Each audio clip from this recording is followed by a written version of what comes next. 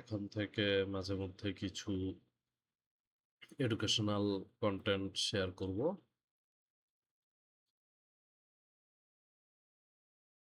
তো চাইলে আমি ক্যানালিস্টিক কাকে বলে ওখান থেকে শুরু করতে পারি, কিন্তু যেই সমস্ত ইনফরমেশন অনলাইনে অ্যাভেলেবেল আছে সেই জিনিসগুলা রিপিট করতে চাচ্ছি না। আজকে প্রথম সেশন নিচ্ছি। প্রথম সেশনের টপিক, আজকের আলোচনার বিষয় হচ্ছে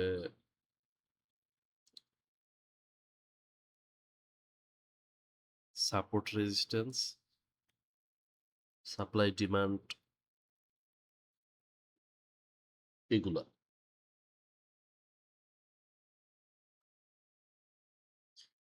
একটা জিনিস খেয়াল করবেন, গতানুগতিক মেন্টররা যা শিখায় বা অনলাইনে সার্চ দিলে যা পাবেন অ্যাভেলেবেল, আমি সেসব কিছু রিপিট করব না। আমি সম্পূর্ণভাবে নতুন একটা অ্যাঙ্গেলে জিনিসগুলা ব্যাখ্যা করব, যেটা আমার ব্যক্তিগত মতামত। এডুকেশনাল পারপাসে ব্যবহার করতে পারেন, অথবা নাও ব্যবহার করতে পারেন। আপনি যা জানেন যদি তা আপনার কাছে যথেষ্ট মনে হয় তাহলে।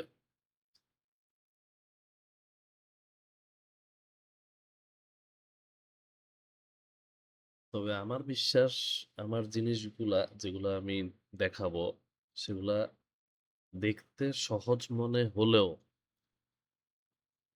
অনেক কঠিন লাগতে পারে অনেকের কাছে। তার কারণ হচ্ছে, যেহেতু আপনি আর 10 জনের কোর্স করে সাপোর্ট রেজিস্ট্যান্স, সাপ্লাই ডিমান্ড এগুলা শিখে আসেন নাই। কারণ আগে যদি এই কনসেপ্টগুলা ক্লিয়ার থাকে অন্য কোনো কোর্স থেকে, অন্য কোনো সোর্স থেকে, তাহলে আমার সেশনটা বুঝতে সহজ হবে। অন্যথায় অনেকের কয়েকবার দেখা লাগতে পারে। যতবার দেখা লাগবে দেখবেন, যতক্ষণ পর্যন্ত বিষয়টা বুঝে না ফেলবেন। আমি কোনো কোর্স করাচ্ছি না। আমার চার্ট আমি কিভাবে দেখি, কিভাবে অ্যানালাইজ করি সেই জিনিসটাই ব্যাখ্যা করার চেষ্টা করতেছি, এবং স্টেপ বাই স্টেপ আমি পুরা প্রসেসটা ধীরে ধীরে আপনাদের সামনে শো করব। এখন যে কোনো ট্রেডারই যখন চার্টে বসে, তার ফার্স্ট স্টেজ হচ্ছে চার্ট মার্কআপগুলা কমপ্লিট করা। চার্টে সে কিছু মার্কিং করে, যে মার্কিংগুলোর কাছে প্রাইস আসলে কি ধরনের রিয়েক্ট করে সেগুলো দেখে সে ট্রেড করে। প্রত্যেকদিন চার্টে বসে মার্কআপগুলো যদি কমপ্লিট করে রাখতে পারেন তাহলে আপনার 80% ট্রেডিং এর কাজ শেষ। এরপরে হচ্ছে শুধু মার্কআপগুলোতে রিঅ্যাকশন দেখে অ্যাকশন নেবেন। তো মার্কআপের জন্য সবচেয়ে ইম্পর্ট্যান্ট হচ্ছে শিখতে হবে ফ্র্যাক্টাল। এই জিনিসগুলো হচ্ছে fractal.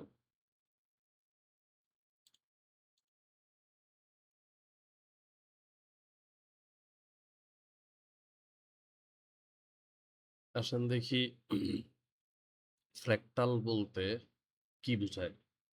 Fractal is a complex geometric shape that exhibits self-similarity। মানে একই রকম জিনিস সে শো করে নিজস্ব সিমিলারিটি গুলা, meaning it's pattern looks identical, অর্থাৎ প্যাটার্নটা দেখতে একই রকম লাগে, অথবা nearly identical at every scale, প্রত্যেকটা স্তরেই কাছাকাছি আইডেন্টিক্যাল অথবা একেবারে সিমিলার আইডেন্টিক্যাল লাগবে, একই রকম লাগবে। whether you zoom in infinitely or view the object as whole। আপনি জুম করেন অথবা পুরো জিনিসটাকে দূর থেকে দেখেন, ভিতরে ঢুকলেও এই জিনিসটা দেখবেন, অর্থাৎ প্যাটার্ন যেটা দেখবেন বাহির থেকেও একই প্যাটার্ন দেখবেন। এটাই হচ্ছে ফ্র্যাক্টাল। ফ্র্যাক্টাল প্রকৃতিতে রিপিট হয়। যেমন ধরেন ফিবোনাচ্চি লেভেল 61.8,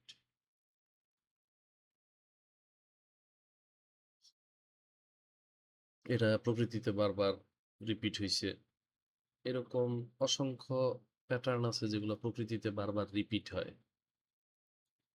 তো এই রিপিটেড প্যাটার্নগুলাই হচ্ছে ফ্র্যাক্টাল, এবং ফ্র্যাক্টালের বৈশিষ্ট্য হচ্ছে আপনি জুম ইন করে ভিতরে ঢুকবেন, জিনিসটা রিপিট হবে। ঠিক সিমিলার ভাবে আমরা একটা রকম ফ্র্যাক্টাল খুঁজে বের করব। 61.8 এর মতো মুখস্থ কোনো প্যাটার্ন না, এমন কোনো একটা প্যাটার্ন যেটা বারবার চার্টে রিপিট হয়। ইভেন আপনার বডিতেও এই জিনিসটা আছে।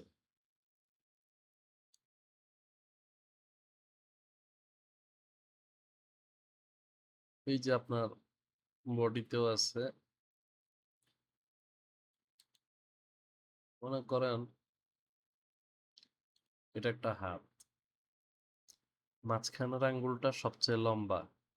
আমরা এই 3টা আঙ্গুল বিবেচনা করব ফ্র্যাক্টাল বোঝার জন্য। মাঝখানের আঙ্গুলটা সবচেয়ে লম্বা, সবচেয়ে হাইস্ট। তার পাশের 2টা তার থেকে লোতে যাবে। উপরে উঠলে ফ্র্যাক্টাল হবে না। অর্থাৎ এটা হাইস্ট। যদি এগুলোকে ক্যান্ডেল স্টিক হিসেবে চিন্তা করেন, এটা হাইস্ট ক্যান্ডেল, তার পাশে 2টা তাদের হাইস্ট পয়েন্ট এই মাঝখানের হাইস্ট পয়েন্টের থেকে নিচে হবে, তাহলেই ফ্র্যাক্টাল। ঠিক সেম, মাঝখানের ক্যান্ডেলটা হাইস্ট অথবা লোয়েস্ট হবে, আর তারপর 2টা এবং তার আগে তার পরেরটা এবং আগেরটা, এই 2টা পরেরটা এবং আগেরটা, এই 2টা ওই হাইস্ট বা লোয়েস্ট পয়েন্ট পর্যন্ত পৌঁছাইতে পারবে না। অর্থাৎ মাঝখানের ক্যান্ডেলটা, সেকেন্ড ক্যান্ডেলটা হাইস্ট হবে অথবা লোয়েস্ট হবে, আর ফার্স্ট এবং থার্ড ক্যান্ডেলগুলা তার চেয়ে নিচে থাকবে বা উপরে থাকবে। এখন নিচে থাকলে সেটা হচ্ছে বেয়ারিশ ফ্র্যাক্টাল, এটা বেয়ারিশ ফ্র্যাক্টাল, আর এটা বুলিশ ফ্র্যাক্টাল। এবং এই জিনিসটা চার্টে বারবার রিপিট হইছে, এবং আপনি যদি জুম ইন করেন তাহলে দেখবেন যে এটা বারবার রিপিটেড জিনিস, বারবার দেখতে পাবেন। এখন আসেন আমরা কিছু ফ্র্যাক্টাল মার্ক করছি, মার্কিং গুলা দেখেন। এই ডব্লিউ লেখা লেভেলগুলো হচ্ছে উইকলি ফ্র্যাক্টাল। এটা একটা ক্যান্ডেল হাই, তার বাম পাশের ক্যান্ডেলটা তার থেকে নিচে, ডান পাশের ক্যান্ডেলটাও তার থেকে নিচে, তাহলে এটা একটা ফ্র্যাক্টাল হাই। নামার পথে এই আরেকটা ফ্র্যাক্টাল হাই ক্রিয়েট করছে, যেটা হাইস্ট, তার পাশের ক্যান্ডেলটা তার থেকে লো, এবং তার পরের ক্যান্ডেলটা তার থেকে লো। এর পরেরটা আবার উইকলি ফ্র্যাক্টাল হাই। কেন? তার আগের ক্যান্ডেলটা তার থেকে লো, তার পরের ক্যান্ডেলটা তার থেকে লো। এরপরে এ আর এখনো ফ্র্যাক্টাল হয় নাই। ফ্র্যাক্টাল হইতে পারবে যদি আগামী উইকলি ক্যান্ডেল এই হাই পর্যন্ত পৌঁছাইতে না পারে, নিচে ক্লোজ হয়, তাহলেই এটা একটা ফ্র্যাক্টাল হবে। আর নিচের দিকে ফ্র্যাক্টাল গুলা কই? এইটা লোয়েস্ট,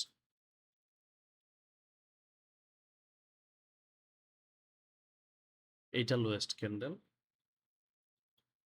এই ক্যান্ডেলটা মূলত আসছে এতটুকু পর্যন্ত। এইটা লোয়েস্ট ক্যান্ডেল, তার আগের ক্যান্ডেলটাও ছোট, পরের ক্যান্ডেলটাও ছোট, সো এটা একটা উইকলি লো। এরপরে উঠে গেছে, আবার নামছে, নামার পরে এ আবার একটা ফ্র্যাক্টাল তৈরি করছে, তার পরের ক্যান্ডেলও তার থেকে উপরে, তার আগের ক্যান্ডেলও তার থেকে উপরে, এটা আবার একটা উইকলি লো। এরপরে আর কোনো বুলিশ ফ্র্যাক্টাল নাই। তাহলে বুলিশ বেয়ারিশ উইকলি ফ্র্যাক্টাল গুলা ড্র করে ফেললাম। এবার উইকলি থেকে আসেন ডেইলিতে। ডেইলি ফ্র্যাক্টালগুলো খুঁজে খুঁজে মার্ক করে ফেলবো এবং ফ্র্যাক্টাল মার্কের জন্য আমরা এই রেঞ্জটাকে বিবেচনা করলাম, এখান থেকে এতটুকু পর্যন্ত আমরা যত ফ্র্যাক্টাল আছে এগুলো ট্রেড করব। তাই এই জোনের আগের ফ্র্যাক্টালগুলো আপাতত আমরা আর হিসাব করব না, কারণ এর আগের ফ্র্যাক্টালগুলো যদি ড্র করি তখন চাইলে আরো আগে যাওয়া যায়, এতে করে এই রেঞ্জটা বড় হয়ে যাবে। আমরা প্রায় 1-1.5 মাস পরিমাণ রেঞ্জ নিছি, 2 মাস পরিমাণ রেঞ্জ নিছি। এই 2 মাসের ভিতর কিছু ট্রেড ধরার চেষ্টা করব এই ফ্র্যাক্টাল থেকে। তো এই জন্য এটা আমি মনে করি দ্যাটস এনাফ ডাটা, আর বেশি কমপ্লেক্স করতে চাচ্ছি না। এবার আসেন ডেইলি ফ্র্যাক্টালগুলো মার্ক করি। এই একটা ডেইলি ফ্র্যাক্টাল, কেন? কারণ সে পরের ক্যান্ডেলও বেয়ারিশ ফ্র্যাক্টাল, তার থেকে নিচে, আগেরটাও তার থেকে নিচে। এরপরে এইটা আবার একটা বুলিশ ফ্র্যাক্টাল, তারপরের ক্যান্ডেলও তার থেকে উপরে, আগের ক্যান্ডেলও উপরে। এটা তো উইকলি ফ্র্যাক্টালই।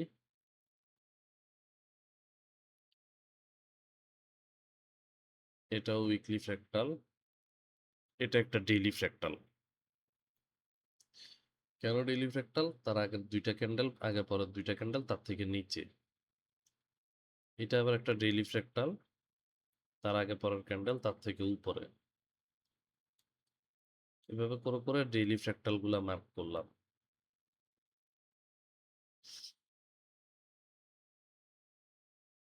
এটা একটা ডেইলি ফ্র্যাক্টাল। এরপরে H4 ফ্র্যাক্টালগুলো মার্ক করি। H4 ফ্র্যাক্টালগুলা হচ্ছে আপনার এইগুলা রেড কালারের লাইনগুলা, এগুলো হচ্ছে H4 4 আওয়ার ফ্র্যাক্টাল। এই যে রেড কালারের মার্কগুলো 4 আওয়ার ফ্র্যাক্টাল, 4 আওয়ার ফ্র্যাক্টাল, এখানে 4 আওয়ার ফ্র্যাক্টাল, এগুলো সব মার্ক করলাম।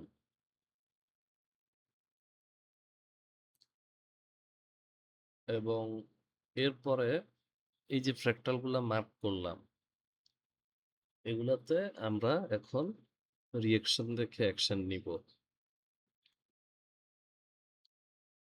তো এই ফ্র্যাক্টালগুলা যে মার্ক করলাম, আসলে কি মার্ক করলাম? মূলত মার্ক করছি সাপোর্ট অ্যান্ড রেজিস্ট্যান্স। এই যে উইকলি হাইগুলা দেখতেছেন, এগুলা সব রেজিস্ট্যান্স, সাপোর্ট, রেজিস্ট্যান্স, সাপোর্ট, এগুলাতে আমরা ট্রেড নিব।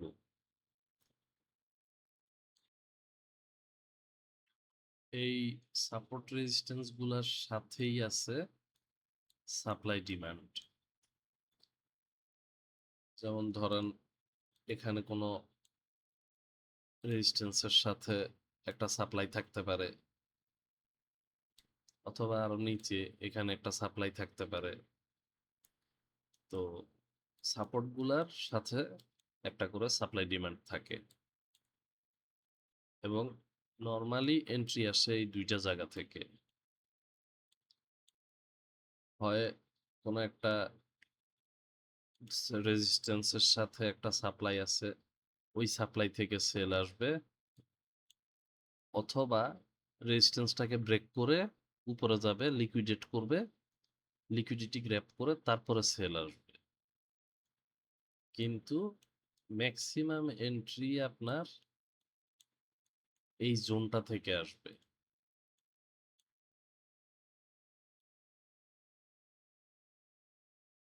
এই জোনটা থেকে আসবে।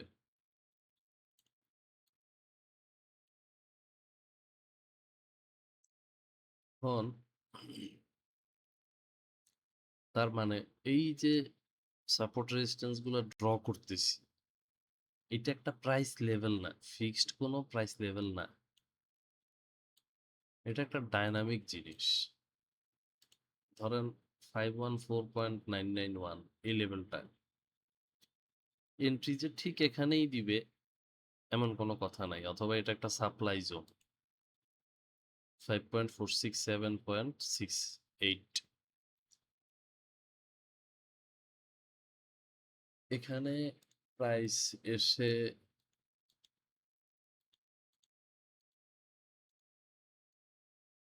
এভাবে এই মডেলটা সবাই শো করে এইভাবে এন্ট্রি দিবে এবং আপনি শিখছেন তাই এখানে এরকম একটা এন্ট্রি ফেলে রাখবেন এবং প্রাইস এত সুন্দর মুভ দিয়ে দিবে আপনি টিপি হিট করে ফেলবেন এইভাবে ট্রেড করাটা ঠিক না মানে মার্কেটের হাতে অনেক কিছু ছেড়ে দেয়া হয় কারণ এই হাইটা এখানেও পৌঁছাইতে পারে এসএলটা খেয়েও ড্রপ দিতে পারে তা আপনি যে এন্ট্রিটা মুখস্থ বসায় দিলেন এসএলও তো হিট করতে পারে এই জন্য আমরা এরকম লিমিট অর্ডার ফেলবো না এগুলা কিছু বেকুব টাইপের লোকজন আমি বলবো বেকুবই মাথা মোটা গর্দভ তারা আপনাকে লিমিট অর্ডার দিয়ে ট্রেড করা শিখাবে ওই 100 পিপ এসএল আর 200 পিপ টিপি এই ধরনের স্টাইলে ট্রেড করা যাবে না আপনার একটা এন্ট্রি পয়েন্ট আছে একটা টার্গেট পয়েন্ট আছে এন্ট্রির লজিক আছে যেমন তেমনি এক্সিটেরও লজিক থাকতে হবে ওই পয়েন্টে গিয়ে যদি লজিক না দেখেন এক্সিটের প্রাইস মনে করেন আরো কন্টিনিউ করতে চাচ্ছে তাহলে হোল্ড করবেন এবং এটাও একটা এক্সিট পয়েন্ট এক্সিট করলো না প্রাইস আরো যাচ্ছে হোল্ড করবেন এইবার একটা রিভার্স ফ্র্যাক্টাল এইখানে এক্সিট করবেন এখন এখানে এক্সিট করা মানে বাই নিয়ে না না বাইয়ের কোনো সিগন্যাল দিল না আরো কন্টিনিউ করতেছে তাহলে আরো হোল্ড করবেন তাহলে ওই মুখস্থ 100 পিপ এসএল 200 পিপ টিপি এইভাবে করে কবে আপনি ভালো টাকা পয়সা ইনকাম করবেন কবে আপনি ভালো প্রফিট করবেন প্রফিট ম্যাক্সিমাইজ করতে হবে এক ট্রেডে এই ধরনের ট্রেডারদের পুরা বছরের ইনকাম আপনার পকেটে চলে আসবে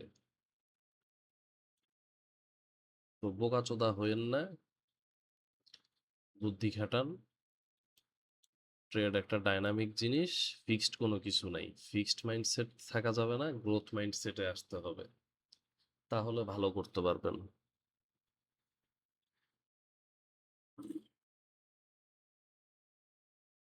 এখন আমরা এই লেভেলগুলোতে রিয়েকশন দেখে রিয়েক্ট করব কি ধরনের রিয়েকশন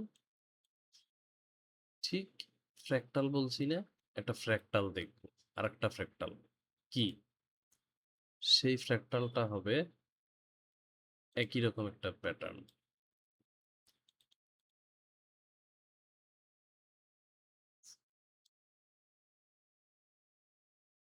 এরকম মনে করেন বুলিশ ক্যান্ডেল ক্রিয়েট করলো তারপরেই আর একটা বেয়ারিশ ক্যান্ডেল ক্রিয়েট করলো এই ধরনের ক্যান্ডেল অথবা এনগালফ ক্যান্ডেল ক্রিয়েট করলো তখন আমরা এন্ট্রিটা নিব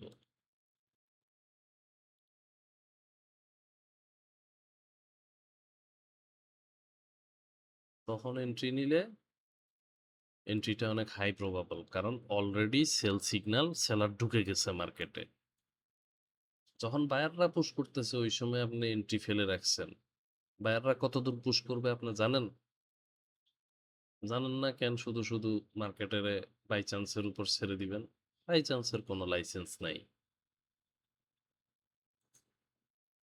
এবং এটা লোয়ার টাইম ফ্রেমে দেখবেন এই ধরনের এনগালফ অথবা পিন বার টাইপের ক্যান্ডেল এই দুটোটা ক্যান্ডেল একসাথে করলে একটা পিন বার ক্রিয়েট করে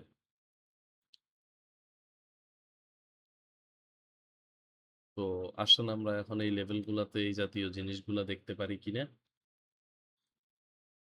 চলে গেলাম M15 চার্টে আপনারা চাইলে এটা 1 মিনিট চার্টেও এন্ট্রি নিতে পারেন আমি খুব বেশি নিচে নামতেছি না 1 মিনিট চার্টে যারা এন্ট্রি নিতে পারবেন তাদের এসএল হবে খুবই ছোট রিস্ক টু রিওয়ার্ড অনেক বেশি হয়ে যাবে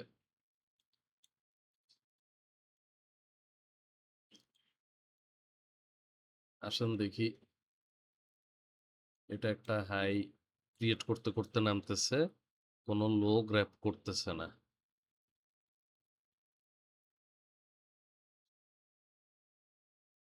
বলতে পারেন এই একটা লোকে গ্র্যাব করছে।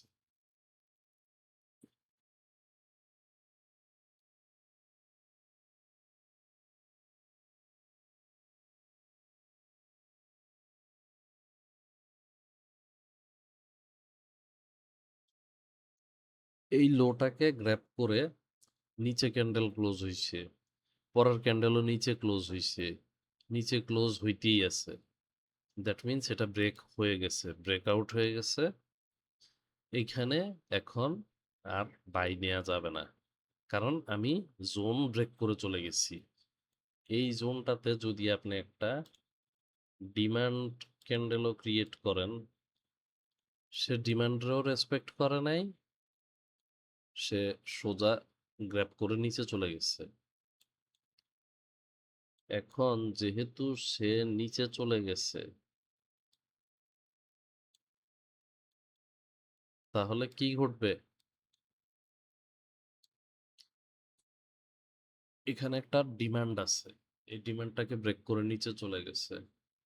এই ডিমান্ডটা এখন ফ্লিপ হয়ে সাপ্লাই হয়ে যাবে, যেহেতু একে কোনো রকম রেসপেক্ট করে নাই।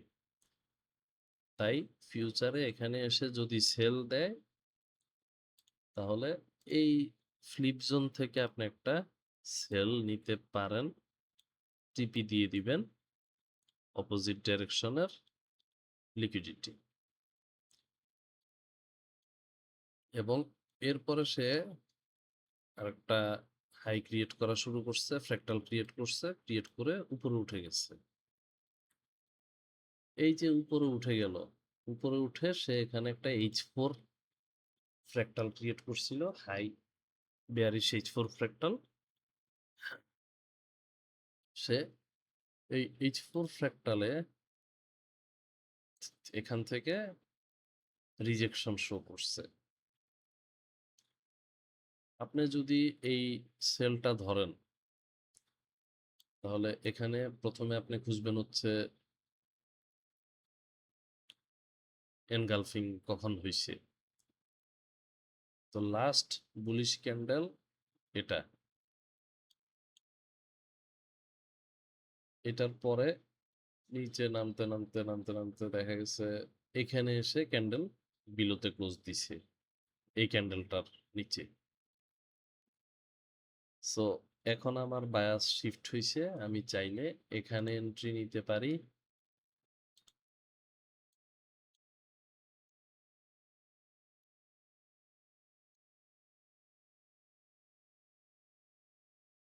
টিপি previous fractal point, opposite fractal এটা, এবং এই টিপিটা অনেক বেশি হাই প্রবাবিলিটি।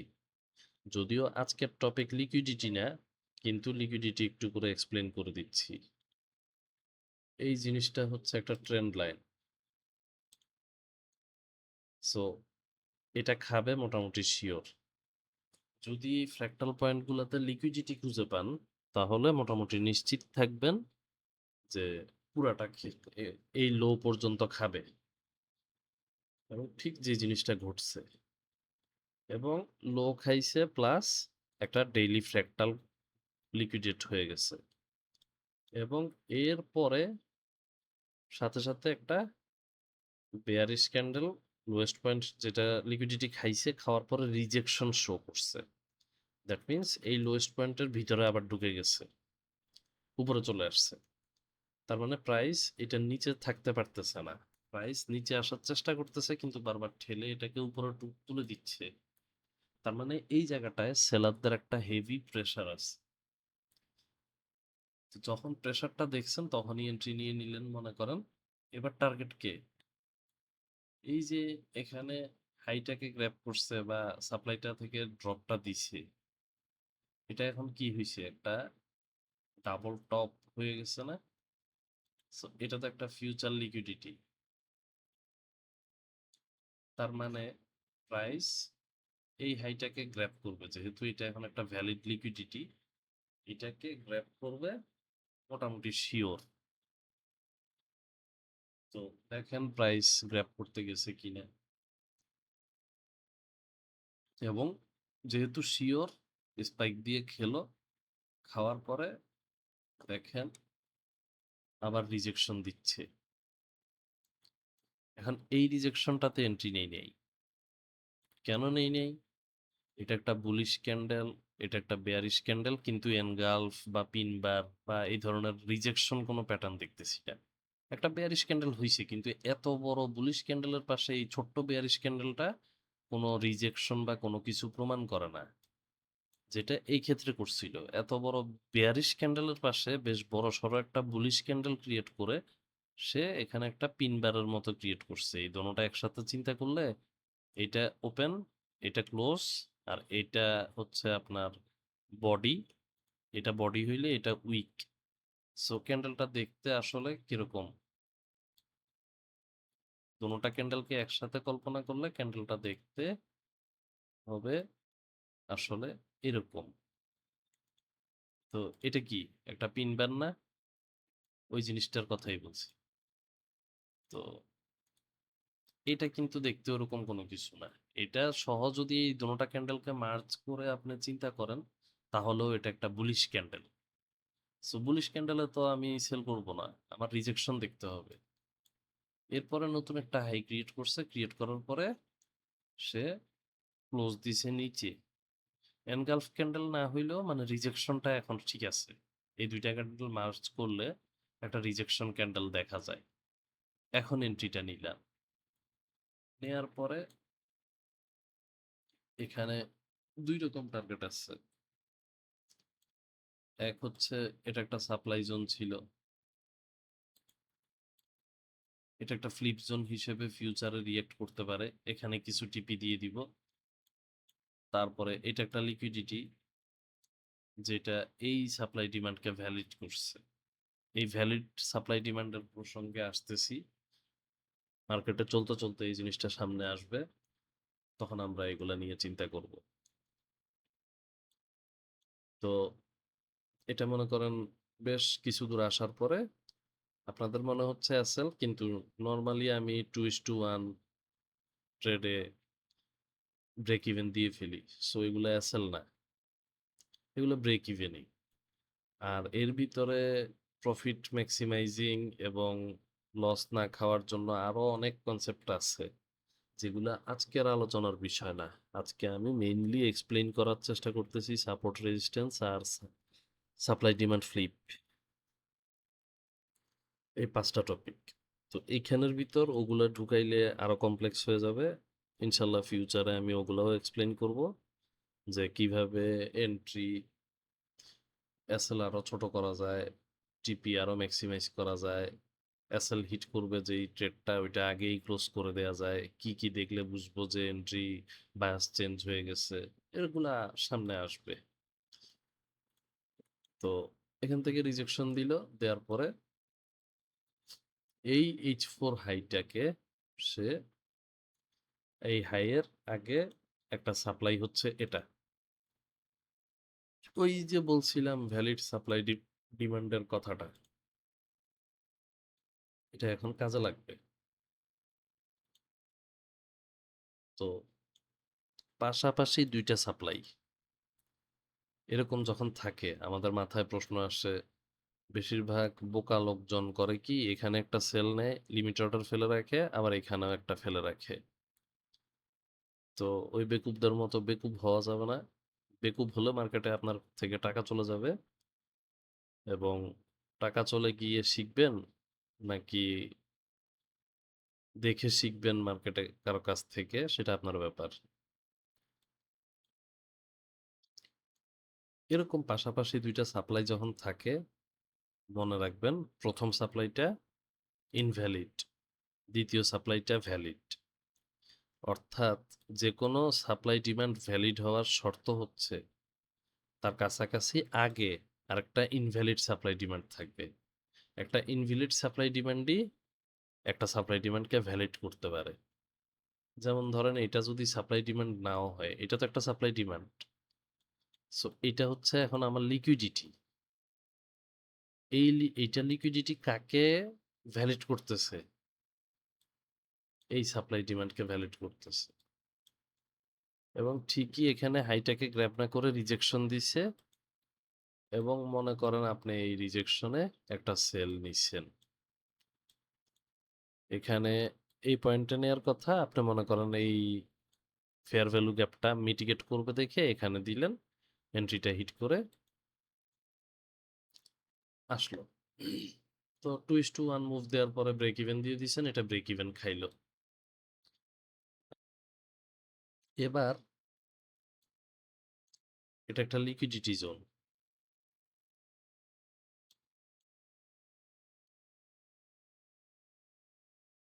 কারণ কি? এটা একটা সাপ্লাই জোন মনে হতে পারে কারো কাছে, যে এটা তো একটা সাপ্লাই জোন, কিন্তু এ কোনো লিকুইডিটি নিচে কাছাকাছি কোনো লিকুইডিটি দ্বারা ভ্যালিড হয় নাই, কোনো ইনভ্যালিড সাপ্লাই ডিমান্ড এর আগে পরে নাই, যার কারণে এটা ভ্যালিড কোনো সাপ্লাই ডিমান্ড না। প্লাস এই সাপ্লাইটা মিটিগেট করছে এই সাপ্লাইটাকে, এই সাপ্লাইটা মিটিগেট করছে তার আগের সাপ্লাইগুলাকে, এরকম করতে করতে করতে করতে এতটুকু, এবং এ মিটিগেট করছে এই লাস্ট সাপ্লাইটা মিটিগেট করছে এই সাপ্লাইটাকে। সো এখানে মিটিগেটেড সবগুলা সাপ্লাই ডিমান্ডই এইটা ছাড়া সবগুলা মিটিগেটেড, আর এটা ভ্যালিড না, কারণ হচ্ছে এর আগে ইনভ্যালিড কোনো সাপ্লাই ডিমান্ড নাই কাছাকাছি। তো যার কারণে এই পুরা জোনটা হচ্ছে লিকুইডিটি। এখান থেকে যখন রিজেকশন দিবে তখন ওই সেলটা আমরা নিব না, যদিও এই সেলটা অনেক দূর গেছে, কিন্তু আমরা এই সেলটা নিব না। যাওয়ার পথে সে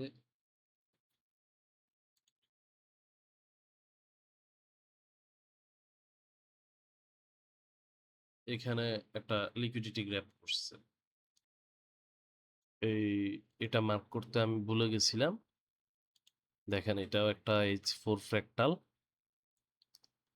এই H4 ফ্র্যাক্টালটাতে হিট করছে, করার পরে সে একদম টেক্সট বুকের মতো একটা রিজেকশন শো করছে।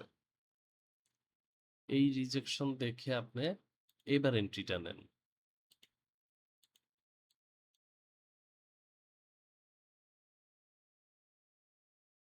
এই ফ্র্যাক্টালটা গ্র্যাব করছে, করে রিজেকশন শো করছে, টার্গেট অপোজিট ফ্র্যাক্টাল।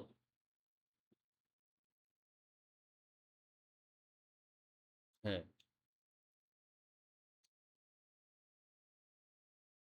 অতটুকু যায় নাই, ব্যাকে আসছে, কিন্তু গেছে কতটুকু? আমি তো মার্ক করছি মূলত H4 ফ্র্যাক্টাল পর্যন্ত, কিন্তু এইটা তো একটা H1 ফ্র্যাক্টাল, 1 আওয়ারে গেলে এগুলো দেখা যায়।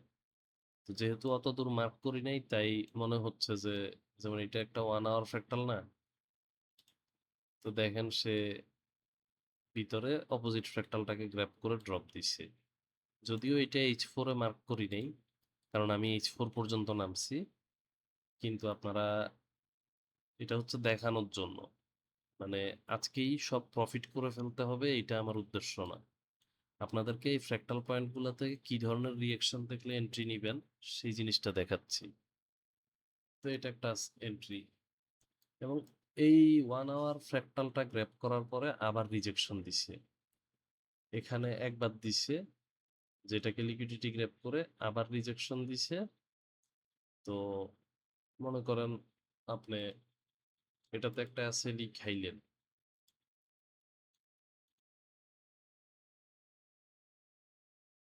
এটা একটা অ্যাসেল খাইলেন, তারপরে আবার যখন রিজেকশন দিছে আপনি মনে করেন এটা এন্ট্রি নিলেন, এটা আপনার রানিং আছে, এবং টার্গেট অপোজিট ফ্র্যাক্টাল, এবং এটা একটা লিকুইডিটি, এটা একটা, মানে এটা একটা ডিমান্ড জোন, এটা একটা সাপোর্ট, এই ডিমান্ড জোনটাকে মিটিগেট করছে, এই সাপোর্টটাকে লিকুইডেট করছে। এবং এইটা কি? এটা একটা যদি ডিমান্ড হয়, তার পাশাপাশি আরেকটা ডিমান্ড হচ্ছে এটা। এবং কি বলছিলাম, পাশাপাশি দুইটা ডিমান্ড জোন থাকলে একটা ইনভ্যালিড আরেকটা ভ্যালিড।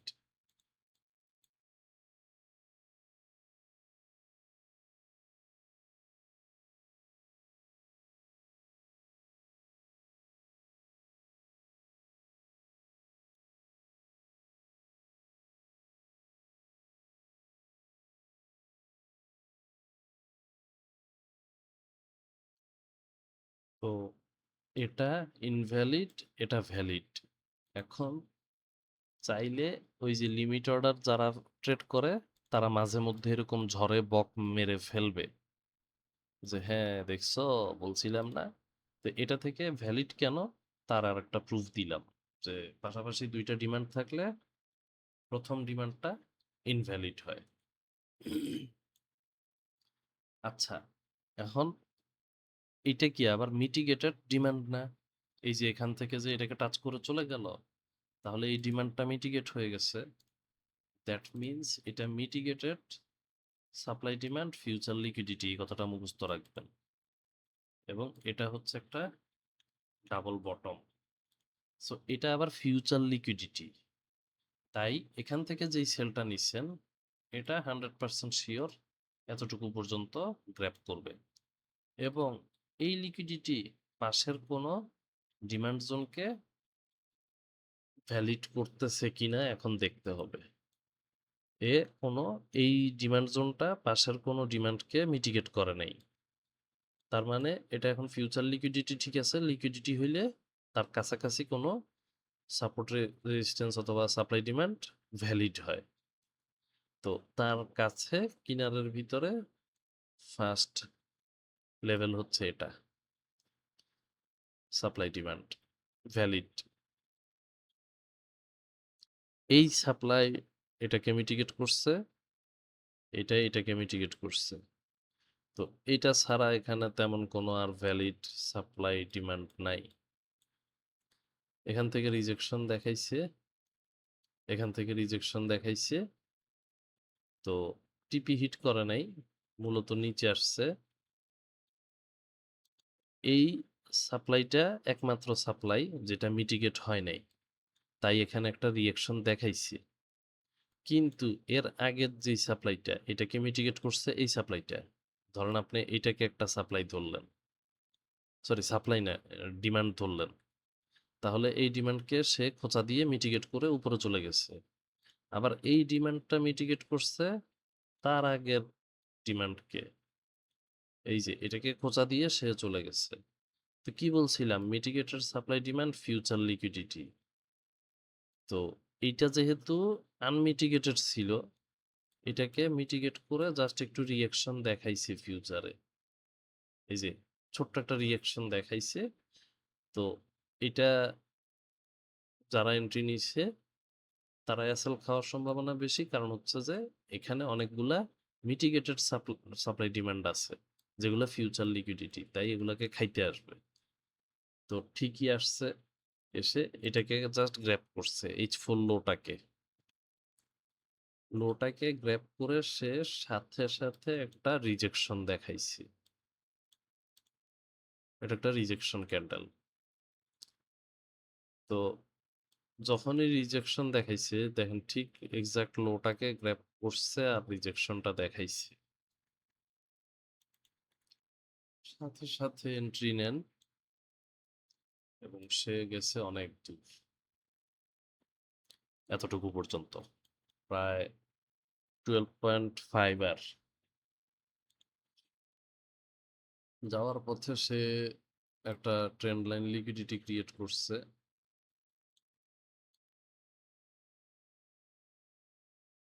এবং এগুলা প্রত্যেকটা এক একটা ডিমান্ড। এই ডিমান্ডকে মিটিগেট করছে, এই ডিমান্ডকে মিটিগেট করছে এবং এই ডিমান্ডকে মিটিগেট করছে। দ্যাট মিন্স সত্যি বলতে গেলে এই পুরাটাই লিকুইডিটি। সো ফিউচারে যদি কখনো এখানে আসে,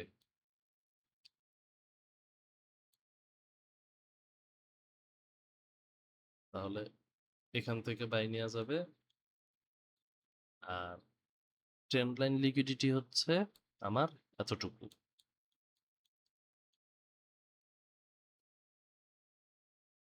সো এখানে এটাও একটা লিকুইডিটি, যে লিকুইডিটিটা কাউকে ভ্যালিড করতেছে, কোনো সাপ্লাই ডিমান্ডকে করতেছে।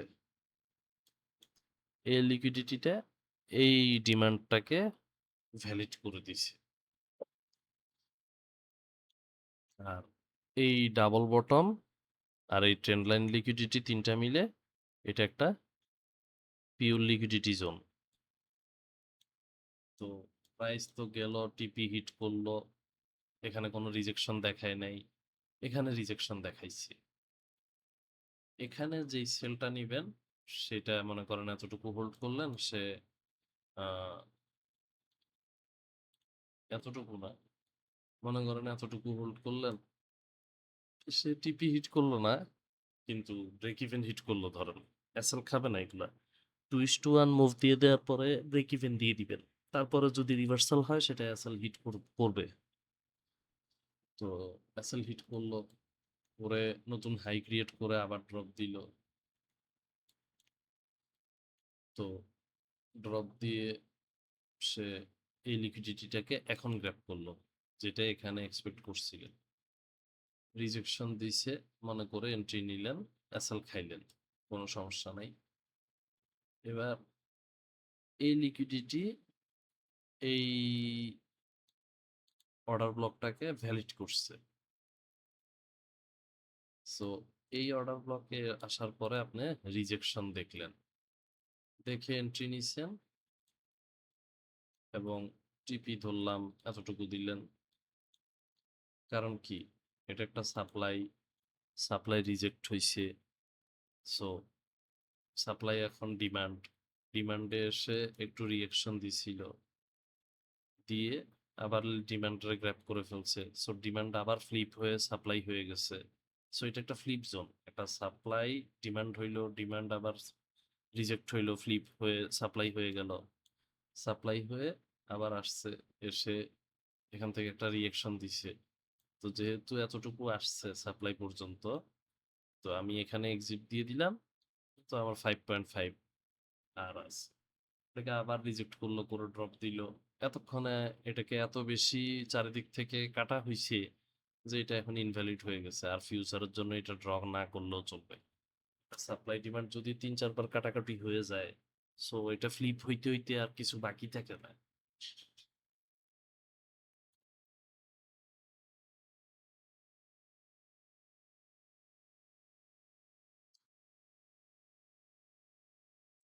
এখান থেকে ড্রপ আসলো, এসে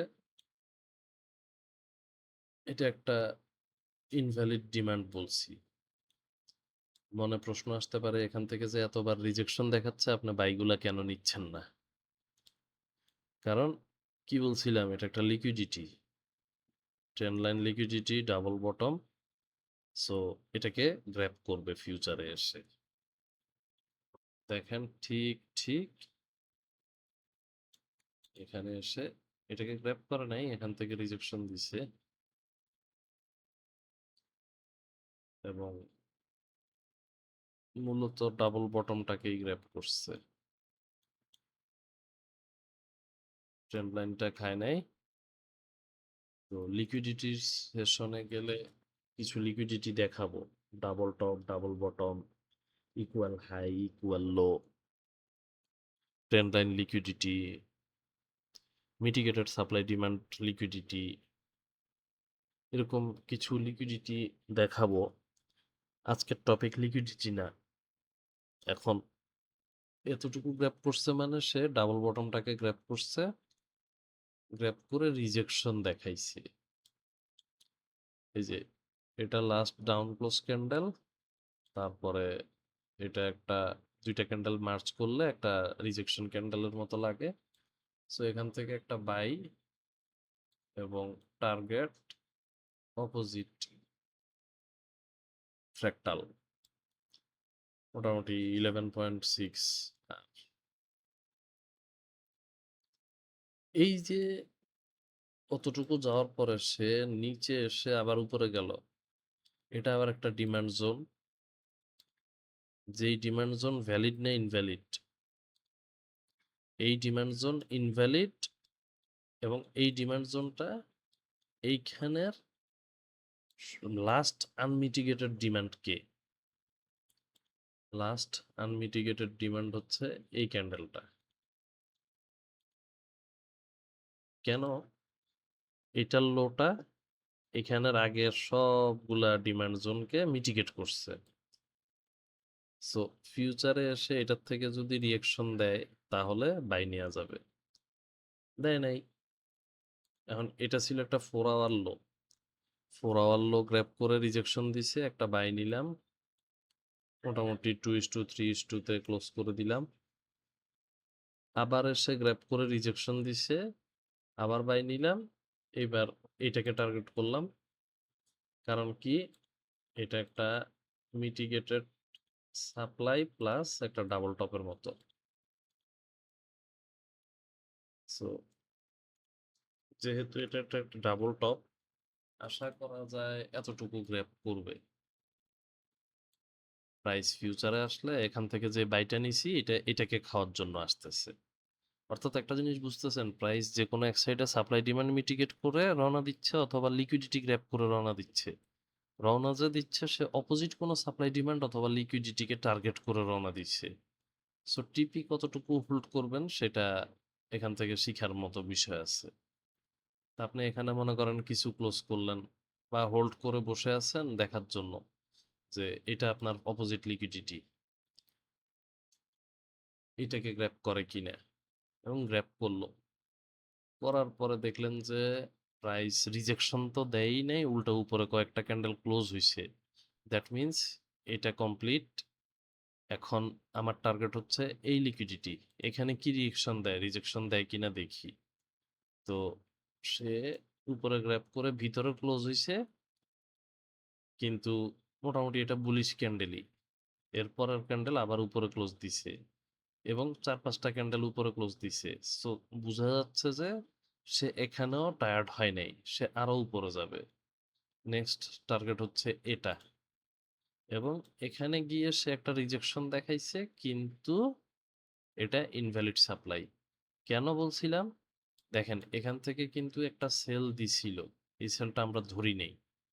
কারণ কি? এটা একটা trend line, liquidity, double top, এখানে অনেক কিছু আছে।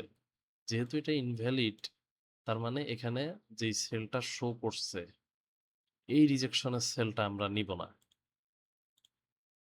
এই সেলটা, এটা সুন্দর একটা সাপ্লাই থেকে রিজেকশন শো করছে, এটা নেয়ার কথা, কিন্তু এটা নিব না, কারণ আমি জানি এটা লিকুইডিটি, এটা মিটিগেটেড সাপ্লাই, এটা ট্রেন্ড লাইন লিকুইডিটি, এখানে অসংখ্য লজিক আছে এন্ট্রিটা না নেয়ার। এবং ঠিকই এখানে এসে একটা ধোকা দিচ্ছে, ট্র্যাপ। এগুলাকে ট্র্যাপ বলে। মার্কেটের ট্র্যাপ গুলা না বুঝলে আপনি ধরা খাবেন। If you don't understand liquidity, you are liquidity. এখানেও সেরকম একটা ব্যাপার ঘটছে। লিকুইডিটির কাছে এটাকে একটা সাপ্লাই ডিমান্ড হিসেবে দেখায় একটা ভ্যালিড সেল সিগন্যাল দিছে, কিন্তু এই সেলটা নিলেই এসএলটা খাবেন। এবং আমি তো এই এন্ট্রিটা নিব না, আমি এটা গ্র্যাব করার জন্য অপেক্ষা করব, এবং অপেক্ষা যে এখানে টিপি দিয়ে দিব তা না, রিয়াকশন দেখব। উপরে ক্লোজ, উপরে ক্লোজ, উপরে ক্লোজ, তার মানে সে আরো উপরে যাবে। আরো উপরে তার টার্গেট কোথায়? এইটা নেক্সট টার্গেট। সো এখানে গিয়ে সে রিজেকশন দেখায় এই উপরে গেল। উপরে যে গেল, যাওয়ার সময় সে কি কোনো রিজেকশন দেখাইছে H4 হাইয়ে, যে নিচে ক্লোজ দিচ্ছে রিজেকশন হচ্ছে না? অসংখ্য ক্যান্ডেল উপরে ক্লোজ, তার মানে নেক্সট টার্গেট এইটা। সো এই একটা এন্ট্রি, এটাই 25.3 আর এখন আমি তো এক্সপ্লেন করলাম কয়টা অ্যাসেল খাইছি। সত্যি বলতে গেলে তেমন অ্যাসেল নাই, শুধু টিপি আর টিপি। এই একটা অ্যাসেল ছিল, শুধুমাত্র একটা অ্যাসেল, বাকি সব টিপি। এই যে শুধুমাত্র সাপোর্ট রেজিস্ট্যান্স আর সাপ্লাই ডিমান্ড দিয়েই প্রফিটেবল ট্রেডার হওয়া সম্ভব, এবং এই এন্ট্রিটাও আমরা নিব না। কেন নিব না সেগুলা আস্তে আস্তে আরো এক্সপ্লেন করলে তখন বুঝে যাবেন। মানে এই অ্যাসেলটাও থাকতেছে না। সিম্পলি তো এটা দেখাই যাচ্ছে যে এটা লিকুইডিটি, এটা ভ্যালিড একটা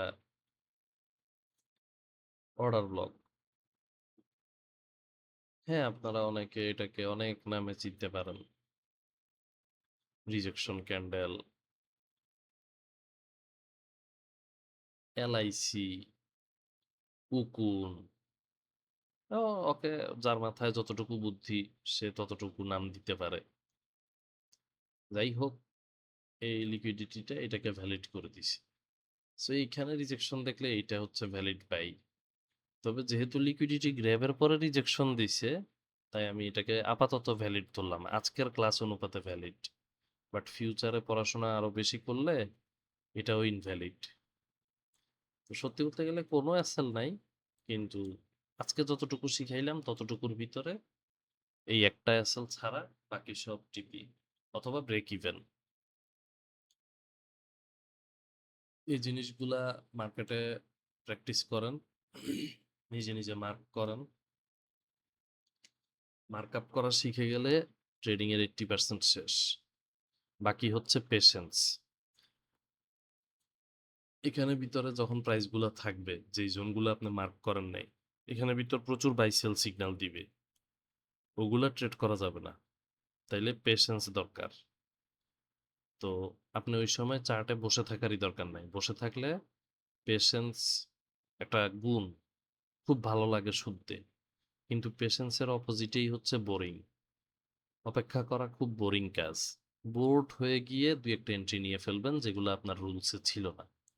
জাস্ট এই লেভেলগুলোতে অ্যালার্ট বসায় রাখবেন, অ্যালার্ট বাজলে তখন চার্টে আসবেন এবং রিজেকশন দেখে রিয়েক্ট করবেন অথবা কন্টিনিউয়েশন দেখে রিয়েক্ট করবেন। আজকের সেশন এখানেই ক্লোজ করতেছি। আমাদের টেলিগ্রাম গ্রুপে এটা লাইভ আয়োজন করা হচ্ছে, তো যারা লাইভে ছিল তারা প্রশ্ন করতে পারে, একটা লাইভ ইন্টারাকশন আছে। যারা যারা ইচ্ছুক চাইলে আমাদের সাথে জয়েন করতে পারেন।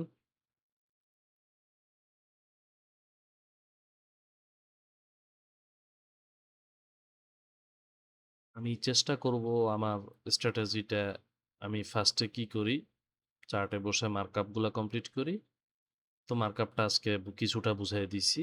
এভাবে স্টেপ বাই স্টেপ আমি কি কি করি সেই জিনিসগুলা এক্সপ্লেন করে দেওয়ার, এবং আজকের সেশনটার পরে বুঝে যাওয়ার কথা যে আমি গতানুগতিক এডুকেটরদের মতো করে এডুকেট করি না। কারণ গতানুগতিক সাপোর্ট রেজিস্ট্যান্স সাপ্লাই ডিমান্ডের যে সংজ্ঞা পড়ে আসছেন, জেনে আসছেন, ইউটিউব ভর্তি। আমি সম্পূর্ণ নতুন একটা দৃষ্টিভঙ্গি থেকে জিনিসটা এক্সপ্লেন করলাম এবং নতুনভাবে এক্সপ্লেন করলাম। এইভাবে মার্কেটকে দেখলে আপনার নতুন একটা দৃষ্টিভঙ্গি সৃষ্টি হবে।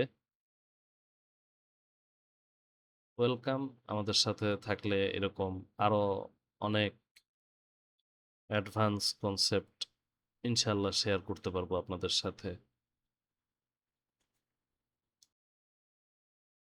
আজকে এতটুকুই। ইনশাল্লাহ ভবিষ্যতে পরবর্তী কোনো টপিক নিয়ে আরো আলোচনা হবে। আসসালামু আলাইকুম, থ্যাংক ইউ।